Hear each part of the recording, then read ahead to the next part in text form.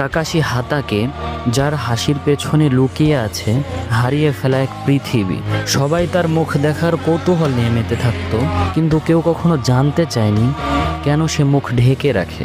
তার মুখোশের পিছনে লুকোনো ছিল শুধু একটা মুখ নয়, লুকোনো ছিল অসহ্য এক যন্ত্রণা। এই গল্পটা শুরু হয় এক বেদনাদায়ক মিশন দিয়ে। কাকাশির বাবা ছিলেন এক মহান সিনোবি, যার নামেই ছিল ভয়, সম্মান আর দায়িত্ব।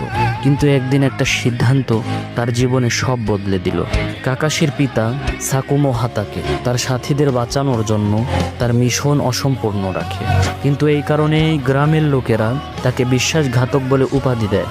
কিন্তু ধৈর্যের সীমা তো তখন ভেঙে যায় যখন সে দেখে সে যাদের রক্ষা করেছিল তারাই কাপুরুষের মতো মুখ ফিরিয়ে নিয়েছে। তখন সে এই অসহ্যকর যন্ত্রণা সহ্য করতে না পেরে নিজেকে শেষ করে ফেলার সিদ্ধান্ত নেয়। আর ছোটবেলায় কাকাশির জীবন দুঃখের সাগরে ডুবে যায়। ছোট্ট কাকাশি দেখল কিভাবে সমাজের মানুষেরা একজন সম্মানিত ব্যক্তির সম্মানকে এক মুহূর্তে চূর্ণ বিচূর্ণ করে ফেলে।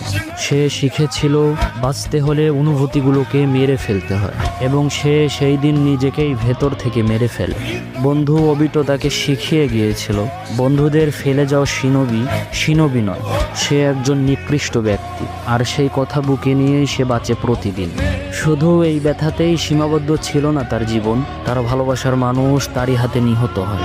আর ঠিক সেই মুহূর্তেই কাকাশির আত্মা চিরদিনের জন্য নিঃশব্দ হয়ে যায়। সে হেসেছে যাতে অন্যরা তার কান্না শুনতে না পায়।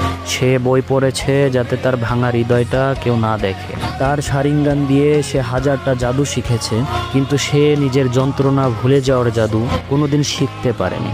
সবাই তাকে বলেছে কপি নিনজা, কিন্তু সে তো ছিল হাজারটা স্মৃতি বয়ে বেড়ানো একটা ছায়া। তার মুখোশের পিছনে কোনো মুখ নেই, শুধু আছে হারিয়ে ফেলা স্মৃতির কবর। শেষমেশ সে হোকাগে হয়েছে, কিন্তু সে নিজে জানে সে এমন এক ছায়া যে তার আলো কখনো খুঁজে পায়।